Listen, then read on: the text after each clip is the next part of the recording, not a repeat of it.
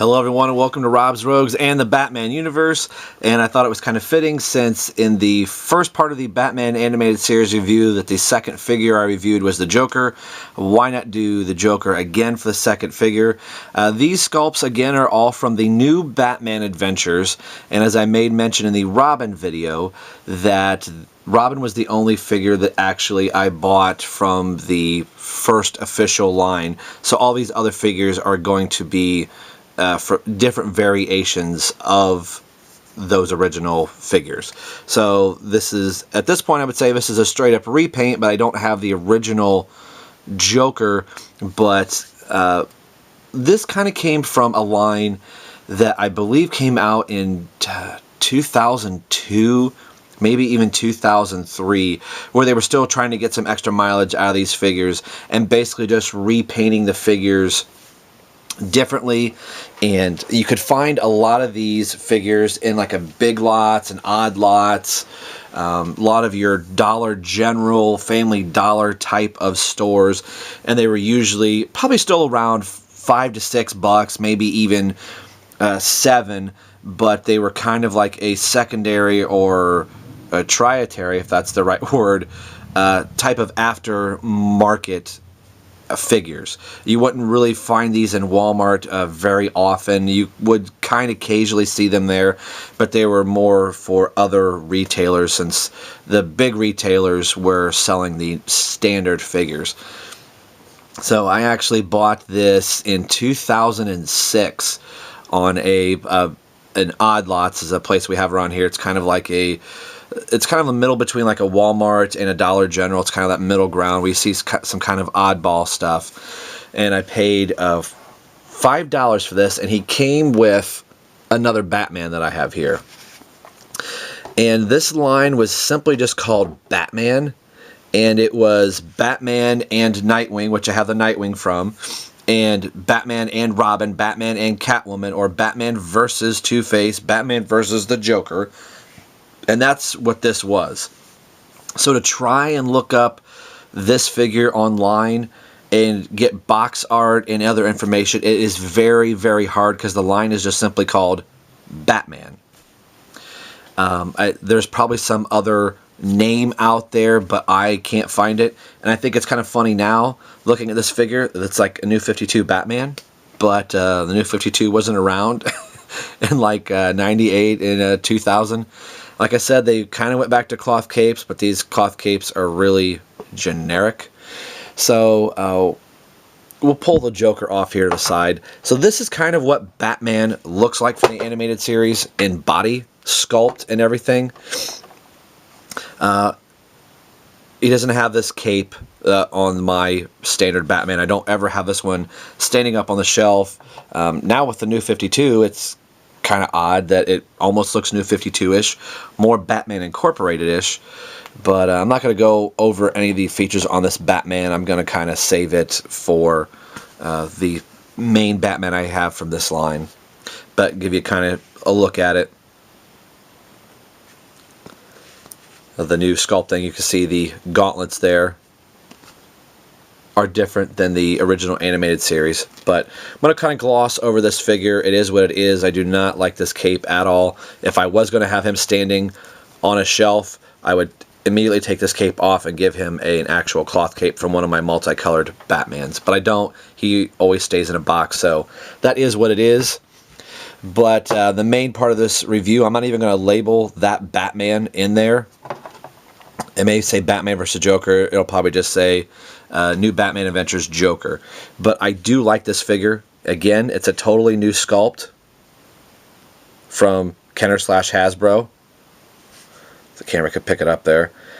His face is not white. Your TV screens or your computer screens are not wrong. It is there's a bluish tint or hue. I hope the camera could pick it up. Maybe if I turn this first light off, I think you can kind of see his face a little bit better here, that it is in fact a blue. And it was kind of that way in the animated series too, which some people didn't like. They wanted to see the white face Joker, and gone is the green stripe that is on the top of his head. So his hair almost looks completely, well, not almost, it is black. So again, some people were like, I like a green-haired Joker. But I think in a stylist figure, if you would have put a green hair on this Joker, he would look really, really weird. Although they could have and should have highlighted it in green. And even the standard Joker, which is basically the exact same, is just a little lighter, more of this pinstripe purple is what the Joker's body color is. It doesn't have the green either. I like that they gave him this playing card. I think that is really cool. Would have been nice if they would have put like a Joker somewhere on here, or even this side have colored it, so now it just looks like he's holding a piece of paper. And I like that he's got his fingers in this little pose, like he's taunting Batman, or, excuse me, miss, I need a drink refilled. I showed this to my wife, and she was like, what is he, ordering a drink? Excuse me, miss, over here. And all the figures have this really slim, sleek design. You can see he's got a nice hourglass shape here to his waist. It has the nice pinstripes, tails on the tuxedo, which the other Joker did not have. The stamp on this guy, I don't think it's even dated anymore. Now they stopped putting the dates on these figures too, so all this says is TM for trademark, the registered DC Comics, some other little stamp, but I can't see, and China is all the information you're going to find on any of these figures. So you really going to have to do your homework to try and find out more information about it. Like I said, you can look up Batman as the name, or Batman versus the Joker, and you're going to find all kinds of stuff. But if you do Batman versus the Joker action figure, you'll start to see some of these images, but they are very, very scarce, and a lot of places just sat on them for a very long time. Like I said, I bought mine in 2006, as at that point I was trying to get as many of the new Batman animated, I'm going to say that wrong again, the new Batman Adventures. 5 points of articulation. I don't think I went over that with Robin. All the same typical articulation types.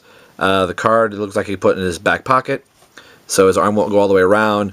Again, their legs can get up in an excellent seated position, but if the Joker had a vehicle, he couldn't sit in it very well because he'd be on his tails of his jacket. You kind of see that it's glued to his butt right there. And then his head and neck turn. So this is one of the first figures that there is neck articulation and not head articulation. Well, there is head, but he turns up a neck, which I think is really kind of cool and kind of creepy all at the same time. My review table kind of leans back, so the Joker wants to fall backwards. So I don't know why, but if the table was sitting a little bit flatter, he would stand. But on this table, he'll topple right off. So that's nothing to do with the Joker. It's just this particular table. He is a little skinny, and his tails do want to make him fall over a little bit, but having him sideways, he does stand very well. We'll bring up his animated series counterpart. You can see they've got the fingers in almost the opposite direction. He's ordering one drink, he's ordering two drinks. I think this is one drink, and this is check, please. So you can see the two figures here, and you can see the green in the Joker's hair right here, which is to signify he has green hair.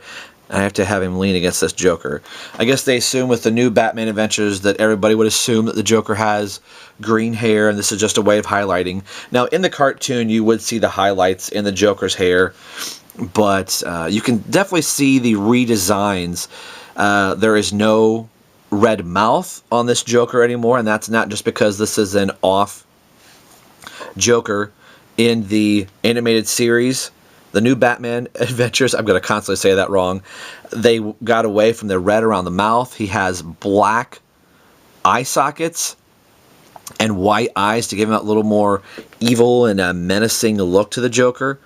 And I think this is a far creepier Joker than what this one was. So they were able to do...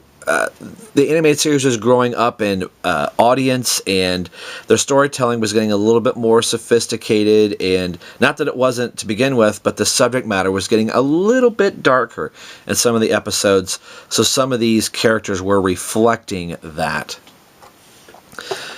And again, people would ask, well, which is your favorite? I think because I had little exposure to the new Batman Adventures, I sometimes tend to gravitate towards the new Batman Adventures just because I wasn't watching those on, after school hours. At this point, I've been out of high school for a few years, so I was kind of doing my own thing, and I kind of lost some of the cartoon watching. So it wasn't until I got it on DVD that I got to actually see some of these episodes for their very first time.